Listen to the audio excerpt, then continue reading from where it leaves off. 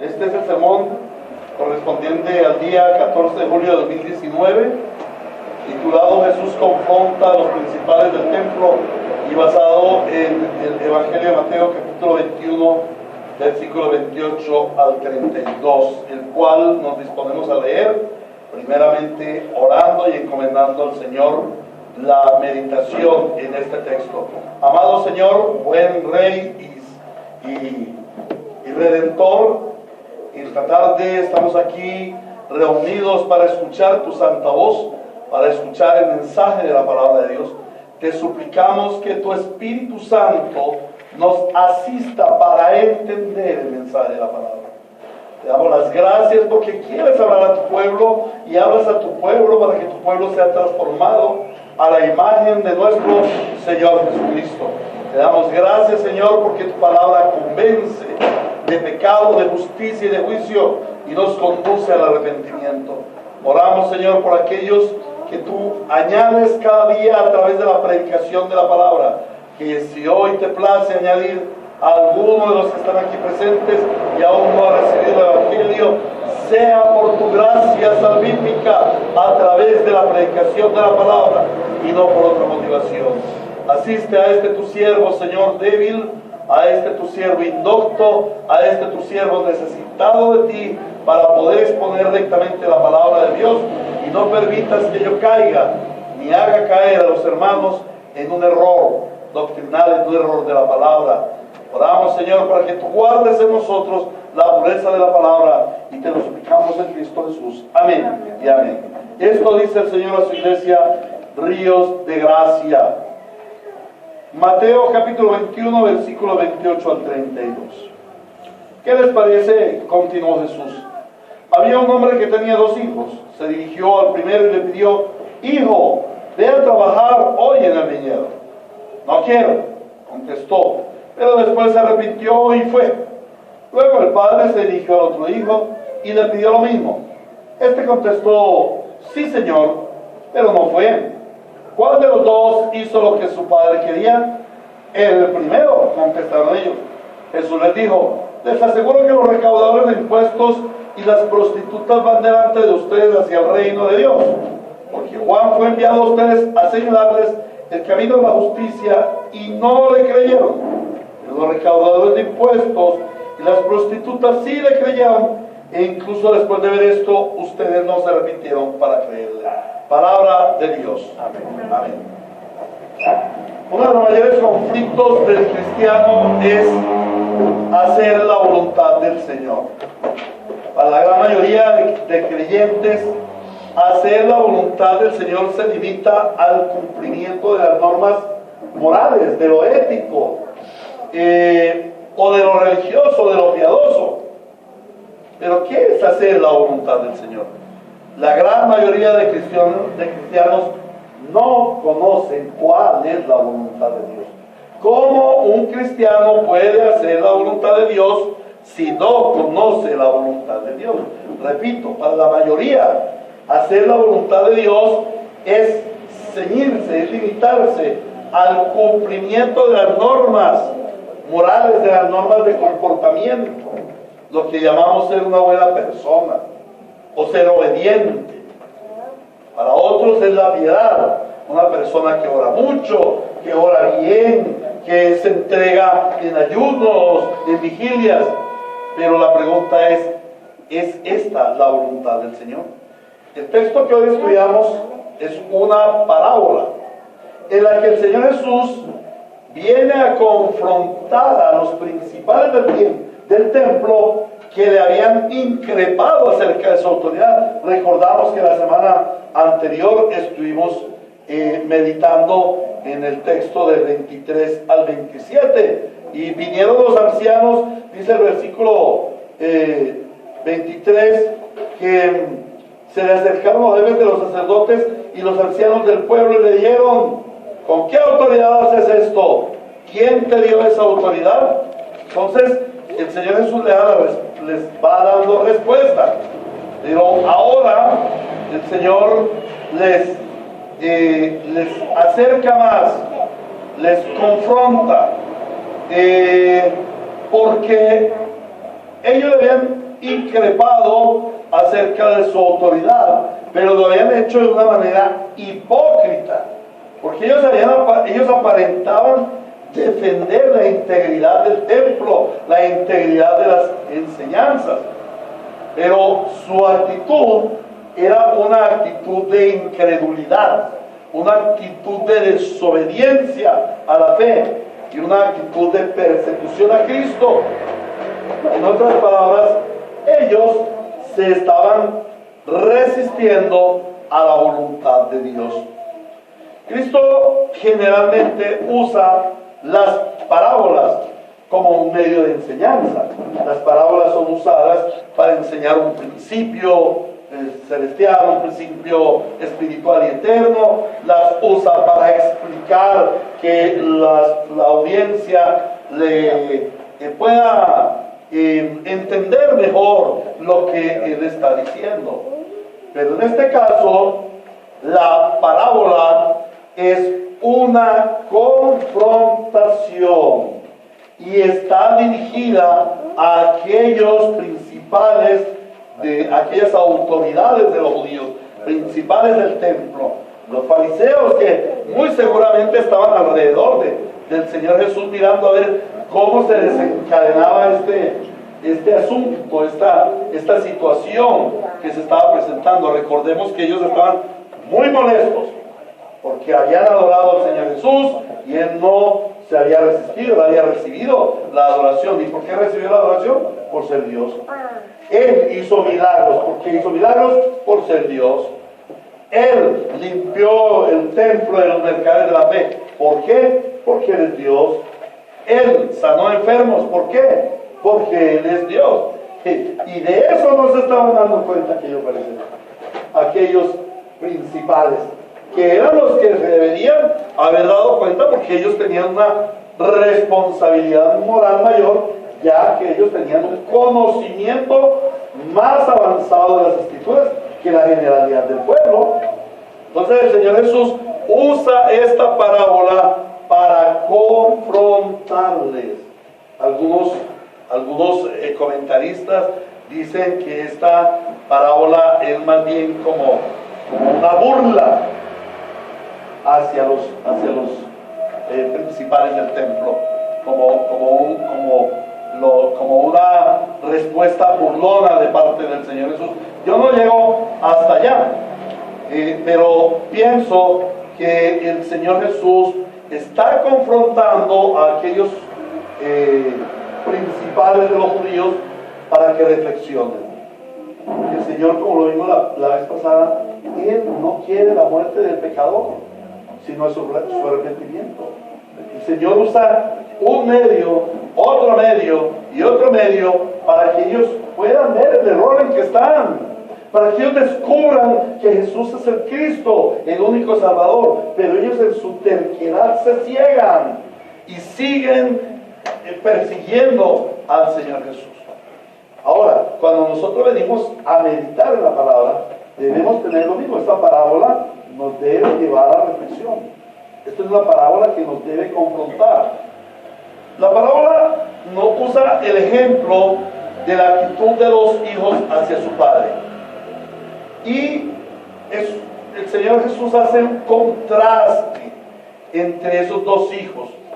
¿Para qué? ¿Para qué Él hace el contraste? Para que los judíos se den cuenta del error en que ellos estaban, para que aquellos principales del templo tengan o deduzcan esa respuesta que le hicieron al Señor. ¿Y tú con qué autoridad vienes a hacer todas estas cosas? Entonces, recuerden, Él les hace la pregunta, la contrapregunta. Díganme de quién es el bautismo de Juan, ¿del cielo o de los hombres? Y ellos le responden al Señor Jesús: no, nosotros no lo sabemos. Y vimos que eso era una gran mentira. Ellos sí lo sabían. Ellos sí lo sabían. Lo que pasaba era que no querían aceptarlo, porque si aceptaban que el bautismo de Juan era del cielo, inmediatamente ellos caían en trampa, en su propia trampa, e iban a responder positivamente al Señor Jesús. Bueno, si el bautismo de Juan era del cielo, ¿ustedes por qué no decían? ¿Por qué no lo obedecieron? llega el Señor? A la reflexión de ellos. ¿Por qué no están obedeciendo al Señor? ¿Por qué no hacen la voluntad del Señor? Para poder comprender el mensaje, entonces vamos a seccionar el sermón en tres partes. Lo vamos a dividir en tres partes, en tres reflexiones. Y la primera reflexión es que vamos a estudiar a los hijos de la parábola. Lo primero que vamos a ver es los hijos de la parábola. Lo segundo que vamos a ver, los dos hijos en Israel. El primero, los dos hijos en la parábola. El segundo, lo segundo que vamos a reflexionar es los dos hijos en Israel. Y lo tercero que vamos a ver es los dos hijos en la iglesia. Vamos a ir al texto. Dice, ¿qué les parece? Continuó Jesús. Para poder darle una correcta interpretación a la parábola, debemos considerar que la parábola es un ejemplo tomado de la cotidianidad de la vida en el tiempo del Señor Jesús. Es una ilustración, no es una paráfrasis o no es una doctrina de principios morales. Cuando el Señor comienza allí con la pregunta, ¿qué les parece? Nos indica que el Señor les hace esta pregunta para que ellos reflexionen. ¿Qué opinan ustedes acerca de este ejemplo? ¿Qué opinan de lo que les voy a decir? Díganme ustedes cuál es su opinión. Y como lo dice luego la pregunta que les hace el Señor, ¿cuál de los dos hizo lo que su padre quería? ¿Cuál de los dos hijos es el justo? ¿Cuál de los dos hijos es el correcto? Entonces no podemos decir, mira, es que la parábola significa que la viña es la iglesia, que los dos hijos son creyentes, incrédulos, o que los dos hijos son Israel, el otro es la iglesia. No. No vamos a caer en esa forma interpretativa, porque es algo que el cristianismo moderno está haciendo, que interpreta inmediatamente el texto sin ir a la época. Entonces vamos a trasladarnos, vamos a remontarnos qué dice el Señor en su parábola. Él habla de una historia, nos cuenta que había un hombre. ¿Quién era? No dice quién era, aquí no dice que era Dios o que era el Padre, no. Dice que había un hombre que era propietario de un viñedo. Algo común en las tierras de Israel. Los propietarios de fincas, de haciendas, tenían o viñas, u olivares, o trigales, y algo de ganado ovejuno. Entonces era algo muy normal. Era un hombre propietario de un viñedo. Y además de que era propietario de un viñedo, era padre de 2 hijos. Era un papá. Y el viñedo, conforme nos lo muestra el texto, requería de atención. Había algo que hacer en ese momento en el viñedo. Sea limpiar las hojas, sea recoger la cosecha, pero había un oficio que hacer. ¿Y a quién acude el dueño del viñedo a que haga ese oficio? A sus hijos. A sus hijos. Él llama a sus hijos. ¿Qué vemos allí en ese llamado que le hacen los hijos? El padre es autoridad y da la orden a sus hijos. Vaya al viñedo, vaya a trabajar en la viña. Y este es un concepto de paternidad bien importante, tanto en lo natural como en lo espiritual. Porque hoy el concepto de autoridad se ha diluido mucho, ¿cierto? Hoy los padres no son autoridad de los hijos. Yo recuerdo que hace años se enseñaba en la psicología y en la forma de tratar a los hijos: papá, es que usted tiene que ser amiguito de sus hijos. Mamá, usted tiene que ser amiga de sus hijos. Hoy en día está ese asunto de que ahora quieren imponer una ley en que los padres no pueden castigar físicamente a sus hijos. Imagínense, si ahora estamos como estamos, ¿qué será de una ley que impida a los padres ejercer castigo físico sobre sus hijos? todavía hay creyentes que dicen, no, eso no puede ser así, eso es para trogloditas, eso es para la época antigua, eso hoy en día no aplica, hoy hay psicología, hoy hay modernismo. No, hermanos, la palabra de Dios nos enseña que nuestros hijos deben ser enseñados, pero también reprendidos y castigados. Entonces, hoy en día el concepto de autoridad está por el piso. Y aquí vemos que el padre ordena a sus hijos a que vayan a trabajar. Segundo, el principio del trabajo también está echado por tierra. Ya los hijos no quieren trabajar.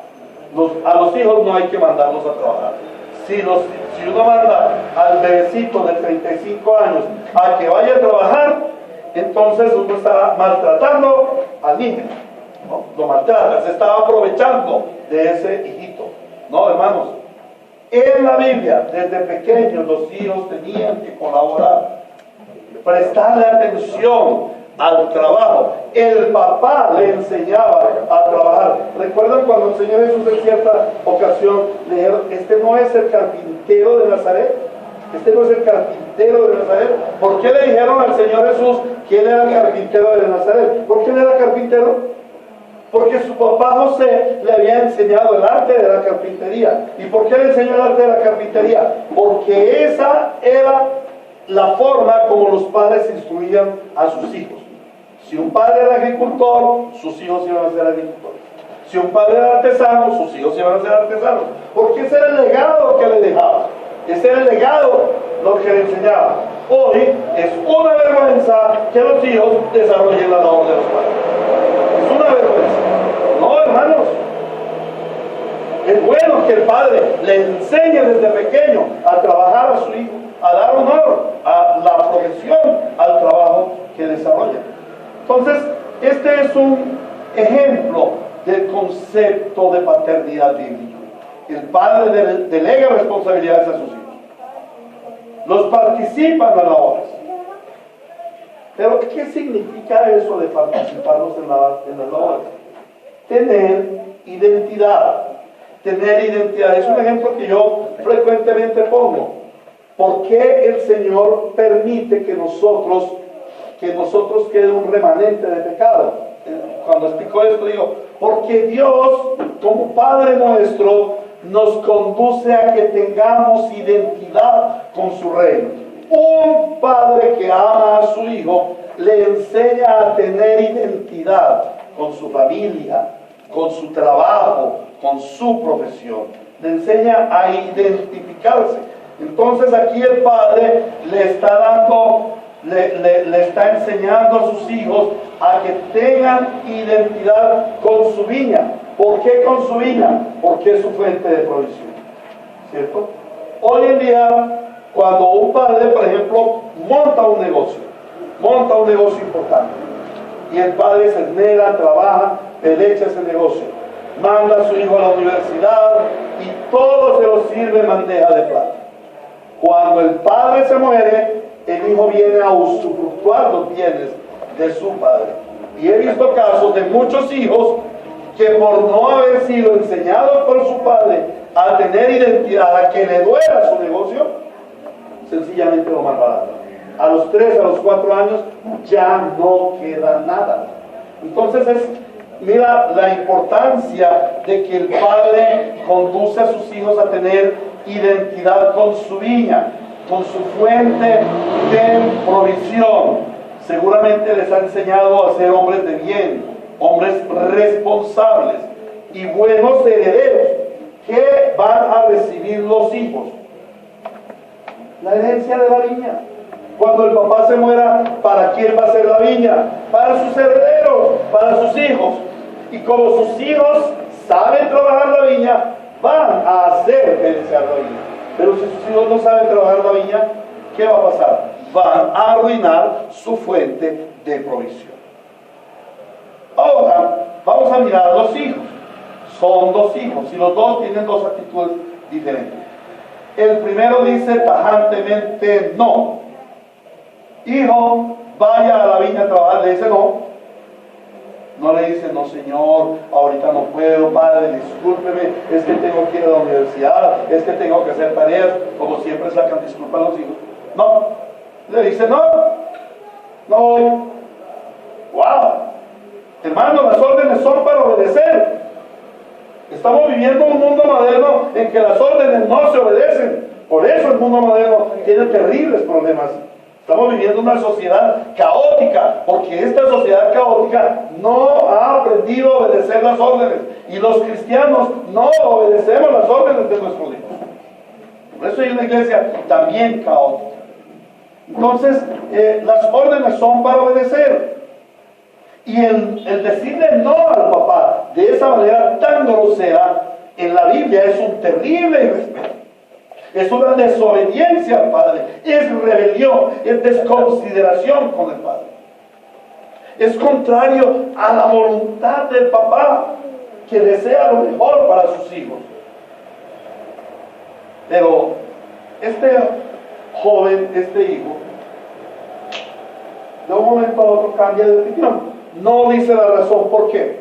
Al analizar el texto, allí dice, cuando dice aquí el Señor, dice, no quiero, contestó, pero después se arrepintió y fue. Allí la palabra de arrepentimiento no es la misma que se usa para arrepentimiento y fe, transformación de vida o algo así, que es la palabra griega metanoia o metanoeo. No, allí no se usa esa palabra. Es otra palabra que dice cambió su actitud. Cambió su actitud. Él cambió su actitud de un momento a otro. Y no dice quién le hizo cambiar. Simplemente cambió de actitud. De otra parte, él tiene un hermano que cuando el padre le dice ve a trabajar la viña, él le dice así. Qué tan bonito para un papá escuchar cuando su hijo le dice sí señor, yo voy.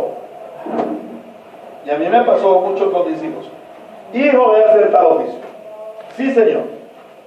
Y a la media hora, hijo, ¿por qué no se lo he hecho? Ya voy. Sí señor. Y a la hora, hijo, ¿qué está pasando con esto? No, es que estoy ocupado, ya voy. Sí señor, yo lo voy a hacer pero más tardecito.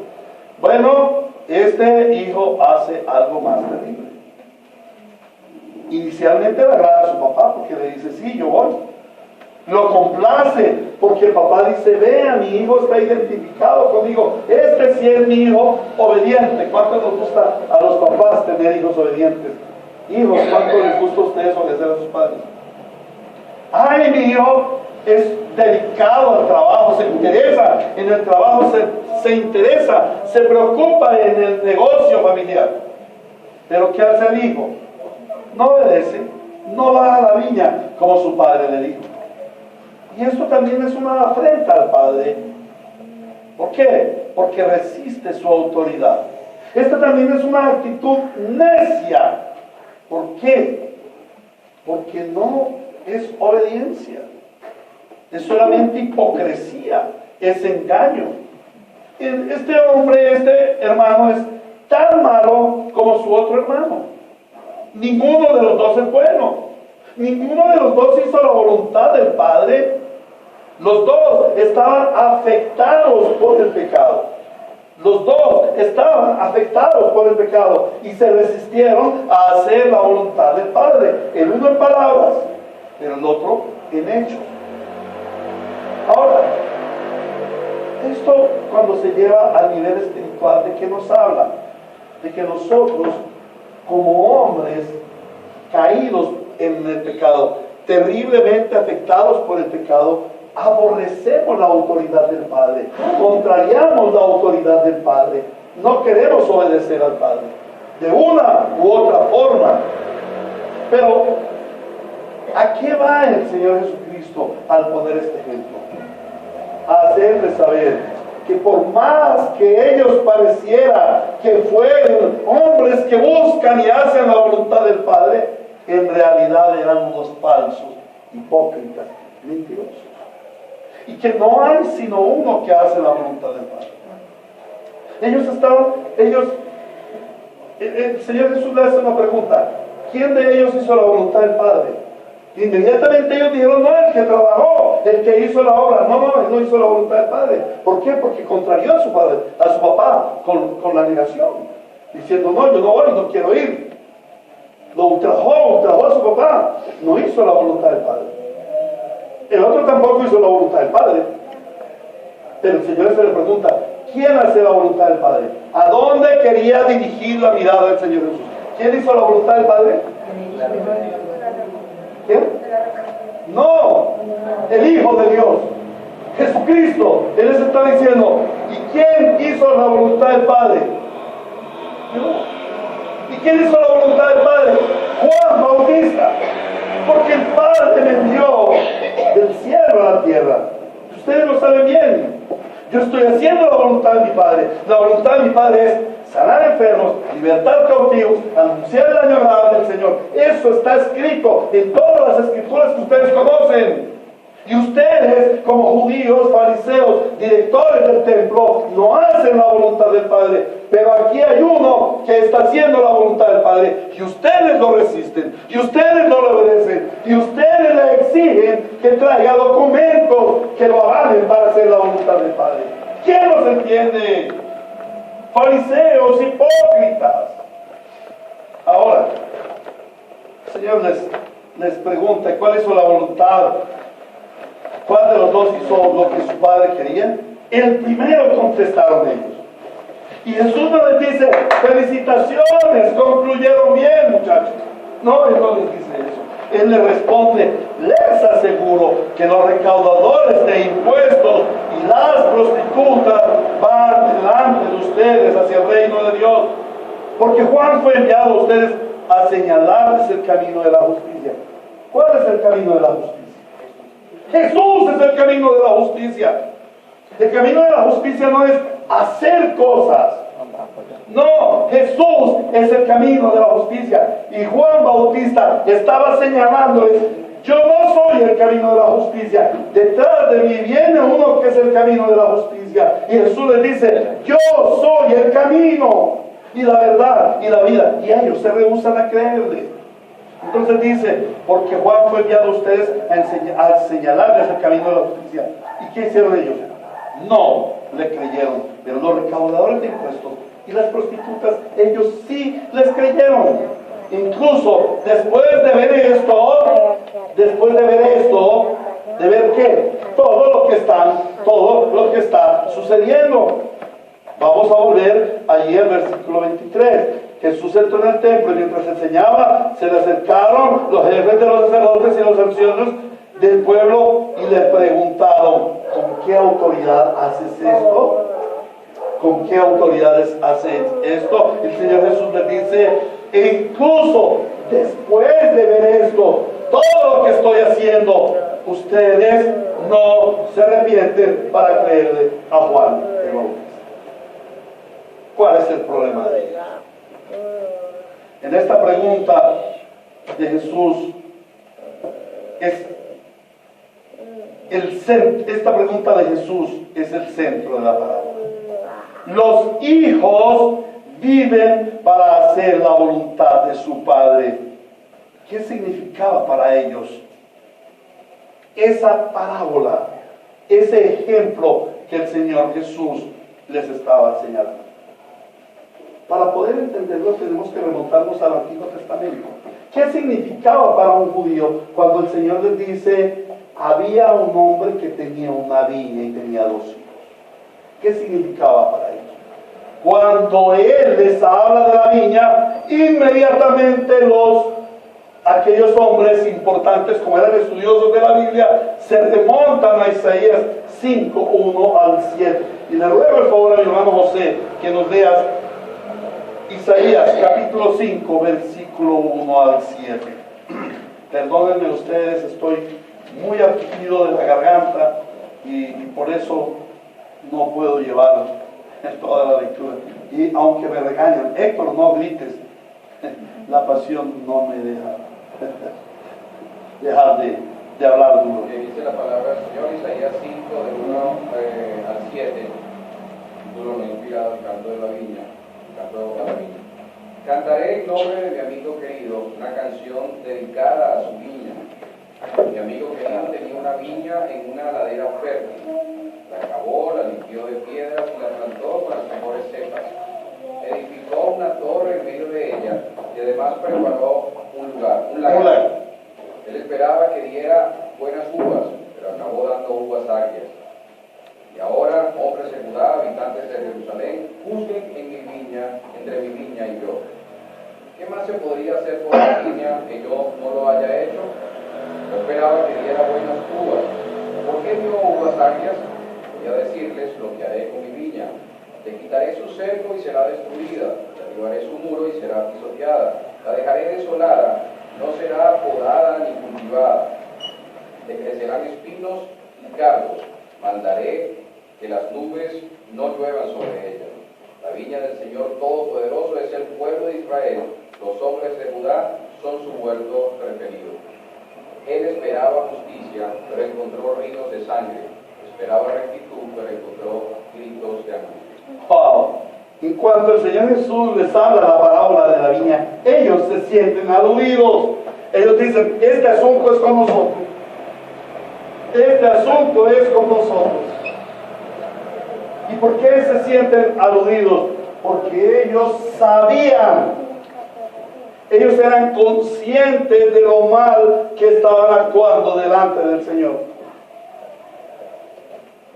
Porque tenían todas las señas, porque tenían todos los indicios de que Jesús es el Mesías, pero ellos no reconocieron la obra de Cristo. Cuando el Señor Jesús le pregunta, ¿quién hizo la voluntad del Padre? Los judíos le dicen que el primero era el que había hecho la voluntad del Padre. Pero esta respuesta les condenaba, porque ellos no reconocieron la obra de Cristo anunciada por Juan el Bautista, pero reconocieron que un hombre injusto, como era un pecador que se le negaba a su padre, pero luego se arrepentía y hacía lo que su padre le ordenó, ellos lo consideraban justo. Sin embargo, tenían delante de ellos al justo que no cometió pecado, que obedeció toda la obra del Padre. Tenían al justo que les hablaba de otro hombre que cumplió con la obra del Padre, y dijeron, no, esta palabra les estaba condenando. Ahora, la viña es un símbolo no solo de Israel, sino del reino de Dios. Y es un privilegio que el Padre llame a sus hijos a trabajar en la viña, porque es la identidad nuestra con los negocios de nuestro Padre y es la confirmación de nuestra herencia. Cuando somos llamados a la fe en Cristo, nosotros queremos trabajar en la obra.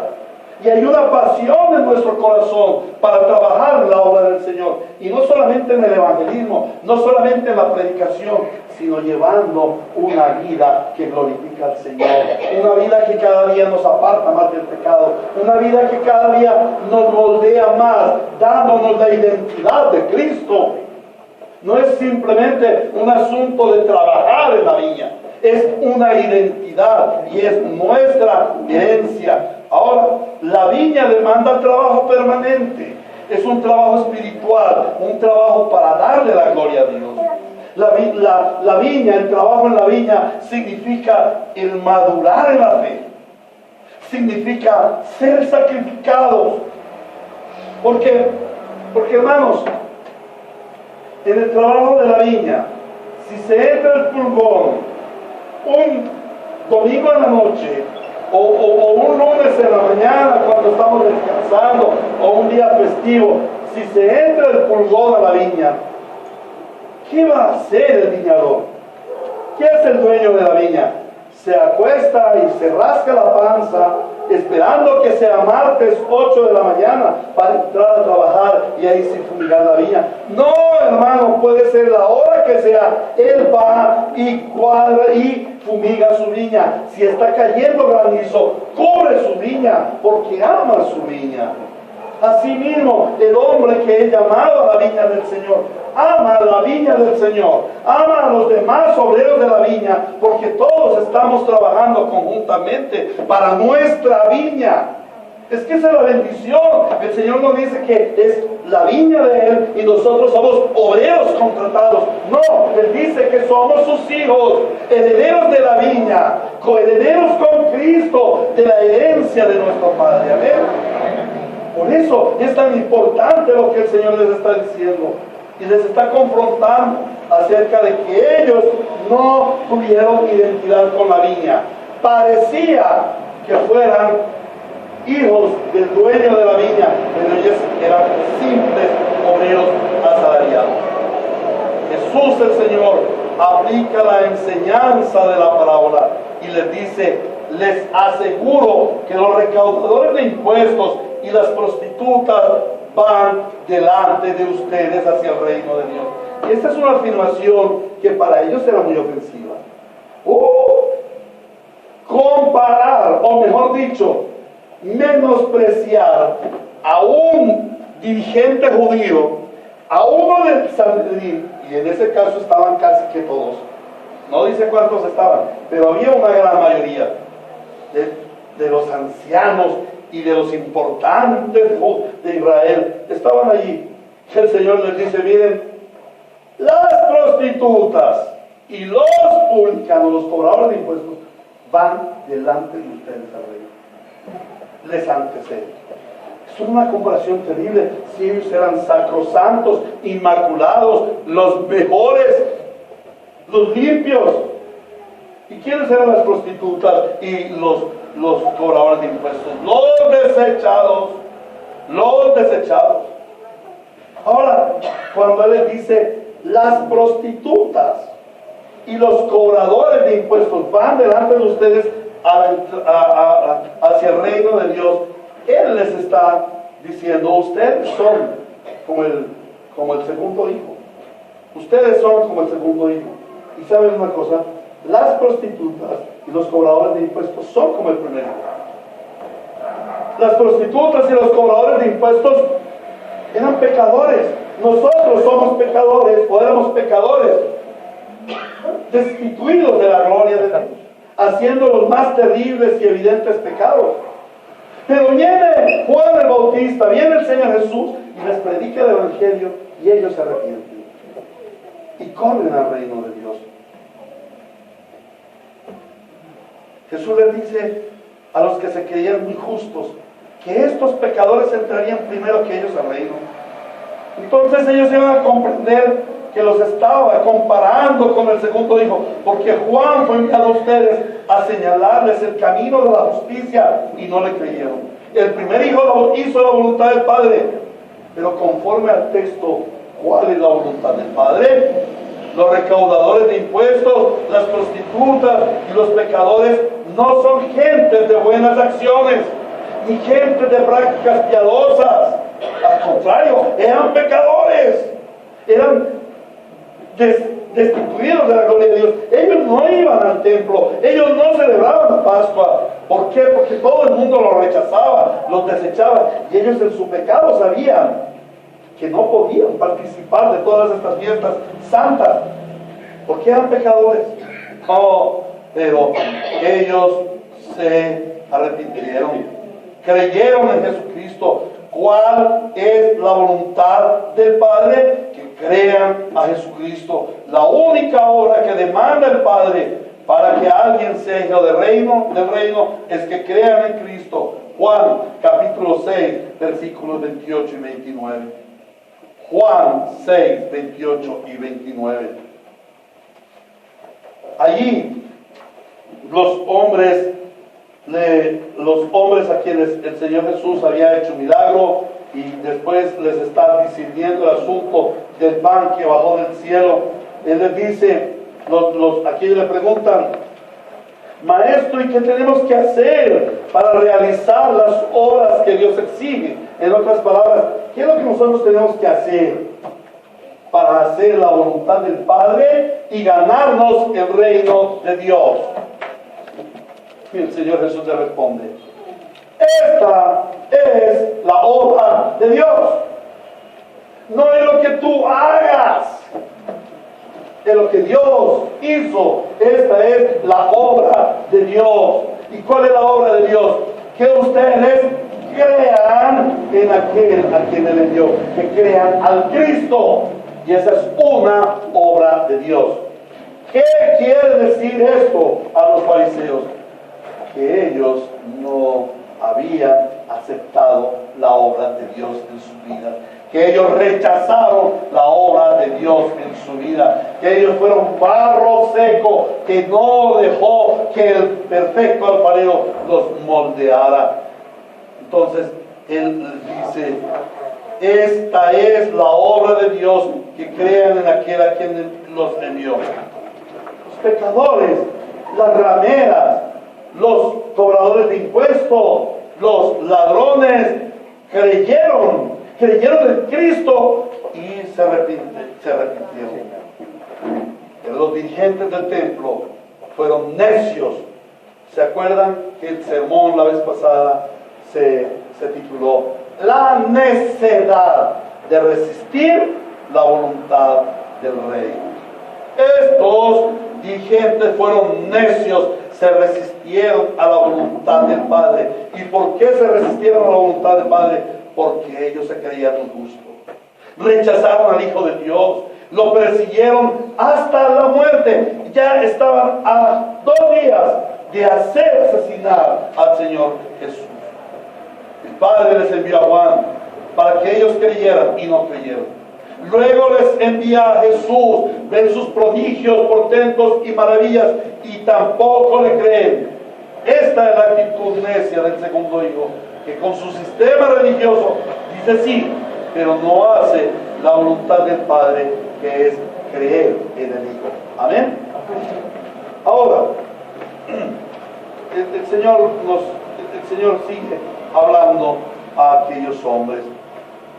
Le dice: Juan fue enviado a ustedes a señalarles el camino de la justicia, y ustedes no le creyeron, pero los recaudadores de impuestos y las prostitutas sí le creyeron. Incluso después de ver esto, ustedes no se arrepintieron para creer. El Señor les está llevando a reflexión, y en otras palabras les está diciendo: arrepiéntanse, porque ustedes están viendo que yo soy el Cristo. Arrepiéntanse. Pero aún después de ver esto, no se arrepintieron. Ahora vamos a ver el ejemplo de los 2 hijos en la iglesia. Y esto ya a manera de conclusión y aplicación, porque no está en el texto. El texto nos habla de la aplicación a aquellos fariseos. Pero ¿saben una cosa? Esta palabra no se limita a los fariseos. Esto es algo que ha vivido la iglesia, y vive la iglesia, y vivirá la iglesia hasta el retorno de nuestro Señor Jesucristo. Contará con 2 tipos de hijos: los hijos obedientes y los hijos desobedientes. Los cristianos modernos somos muy dados a criticar a los judíos porque ellos desobedecieron a Cristo, porque ellos se hicieron ídolos y todas estas cosas. Pero ¿es que acaso somos nosotros mejores que ellos? Lo dice luego el apóstol Pablo en la carta a los romanos. ¿Acaso somos mejores los unos que los otros? ¿Acaso nosotros, creyentes en Cristo, sabedores de su palabra, hacemos la voluntad del Padre como Cristo nuestro Señor?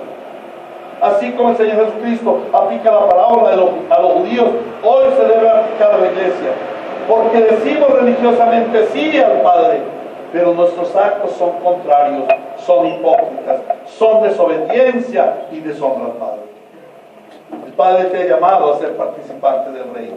El Padre te ha llamado a que te identifiques con el reino. La voluntad del Padre es que creamos, y la evidencia de creer es que obedecemos. Juan 14:16. Juan 14:16. Lo hemos visto en la primera enseñanza, que es acerca de la ley moral de Dios. Dice: si ustedes me aman, obedecerán mis mandamientos. El que ama a Dios, el que dice amar a Dios, obedece los mandamientos de Cristo, los mandamientos del Padre. Santiago capítulo 1 versículo 22 dice: no se contenten solo con escuchar la palabra, pues así se engañan ustedes mismos. Llévenla a la práctica. ¿Qué les pasaba a aquellos fariseos, aquellos principales del templo, que escuchaban la palabra pero no la llevaban a la práctica? Se engañaban a sí mismos. Y es lo que el Señor Jesús quería hacerles caer en cuenta. Ustedes están en engaño, arrepiéntanse. Santiago capítulo 2, 17 y 2:20. El Señor dice la siguiente frase: la fe sin obras es muerta. Conocemos muchos hombres que hacen obras sin fe, pero no podemos conocer a ningún hombre que tenga fe sin obras. Todo el que tiene fe produce obras. La viña del Señor demanda que los hijos trabajemos con denuedo para la gloria del Padre. Trabajemos en la edificación de la iglesia, en el llevar el Evangelio, en el avanzar el reino de Dios en el mundo. Esta es la gloria del Padre. Esta es su voluntad buena y perfecta para nosotros. Él quiere que hagamos su voluntad y llevemos mucho fruto. Y como hijos de Dios hoy somos confrontados. ¿Cómo está tu fruto? ¿Cuál es tu obediencia a la fe? ¿Cuál de los dos hijos crees que tú eres? Los principales del templo y los judíos vieron a Juan el Bautista y a Jesús y no le creyeron. Por ello el Padre les condena. Entonces, ¿qué pasará con quienes más que ver hemos recibido la aplicación de la obra de redención en Cristo Jesús? Quienes tenemos una nueva naturaleza, quienes somos nuevas criaturas. ¿Qué pasará si somos desobedientes a la fe? Oh, hermanos, es una contradicción. Y el Señor dice: por sus frutos los conoceréis. Por sus frutos los conoceréis. La nueva naturaleza va a conducirnos no a ser como el primer hijo, ni como el segundo hijo, sino a ser como el Hijo perfecto, Cristo Jesús el Señor. Quien hace la voluntad del Padre, solo aquel que tiene al Hijo, y solo aquel que está lleno del Espíritu Santo. Ahora procedamos a la aplicación de la palabra. Este es un llamado a los que aún no han creído en el Hijo de Dios como su único y suficiente Salvador, y como su único Rey y Señor. Si ustedes no han creído, si usted no ha creído a Cristo como su Señor y Salvador, debo advertirle: es un hijo de desobediencia. Y los hijos de desobediencia tienen un solo destino: la muerte eterna, el castigo eterno, en el lugar eterno llamado infierno. No es un juego, no es una amenaza tampoco. Cristo te advierte: si eres hijo desobediente, irás al fuego eterno. Por eso es menester que seamos hijos de obediencia. Pero ¿cómo ser hijos de obediencia? ¿Cómo hacer la voluntad del Padre? Por favor, dinos cómo hacer la voluntad del Padre, Señor Jesús. Y la voluntad del Padre es muy clara. El Señor nos dice en Juan 6, 28 y 29. ¿Qué tenemos que hacer para realizar las obras que Dios exige? Le preguntaron. Esta es la obra de Dios. La obra de Dios es que crean en Jesucristo, el unigénito Hijo de Dios, venido al mundo para la salvación. Corre a Cristo, cree en Cristo, y la obra del Padre será hecha en ti para que llegues a la vida eterna. Pero también este es un llamado a los santos. Segunda a los Corintios 13:5 te dice: examinaos en vuestra fe, examínate en tu fe. ¿Qué tipo de hijo eres? ¿Qué tipo de hijo eres?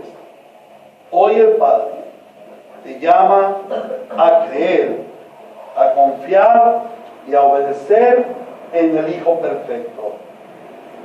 Recuerda, no es el Hijo que dijo no, pero luego fue e hizo, ni tampoco es el Hijo que dijo voy a hacer, pero no hizo. Estos dos hijos son imperfectos, y el Padre no recibe hijos imperfectos. El Padre solo recibe hijos perfectos. Por eso el Señor hoy te llama a creer. a confiar, ¿cuál te va a producir obediencia? Esta es la verdadera fe, esta es la actitud del Hijo perfecto. Como hombres en nuestros pecados, con alevosía, hemos dicho no al Padre, pero por gracia recibimos la fe que nos condujo al arrepentimiento. Pero sabes una cosa, la evidencia de esta fe es la obediencia. Y este es un llamado para ti, hermano. Sé sumiso a Dios, sé obediente a Cristo, no por lo que tú haces, sino por lo que Cristo ya hizo en ti. Hoy el Señor te llama a ser pueblo de fe, pueblo que crees en Cristo, pueblo que eres obediente al Padre, siendo cada día más perfeccionado a la semejanza de Cristo. A Dios sea la gloria en su iglesia por siempre. Amén. A Cristo sea la gloria en su iglesia por siempre. Amén. Que su iglesia bíblica, Río de Gracia, sea la iglesia que obedece al Padre mediante la fe en Cristo. Oremos, hermanos.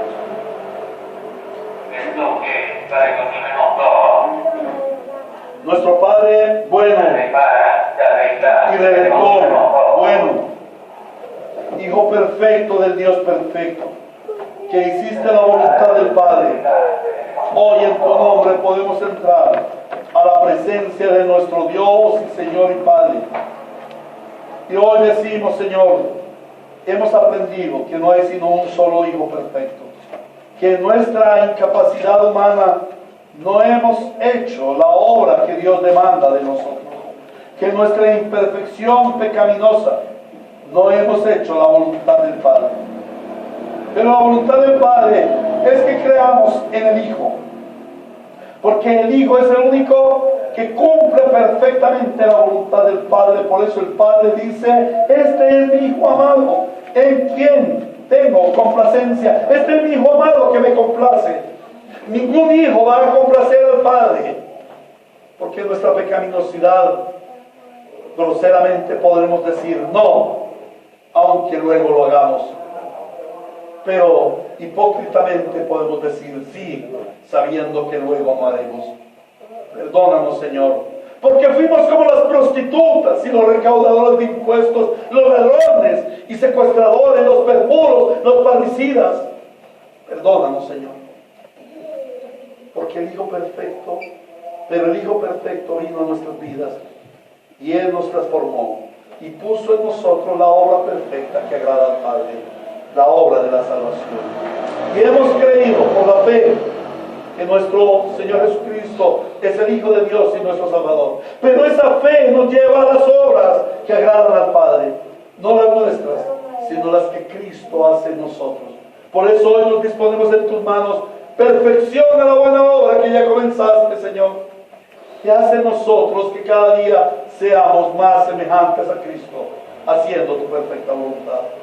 Señor, haz de Ríos de Gracia una iglesia que al comprender las grandes verdades bíblicas seamos hijos de obediencia para la gloria de nuestro Santo Dios. En Cristo Jesús oramos. Amén y amén. Amados hermanos, debido a mi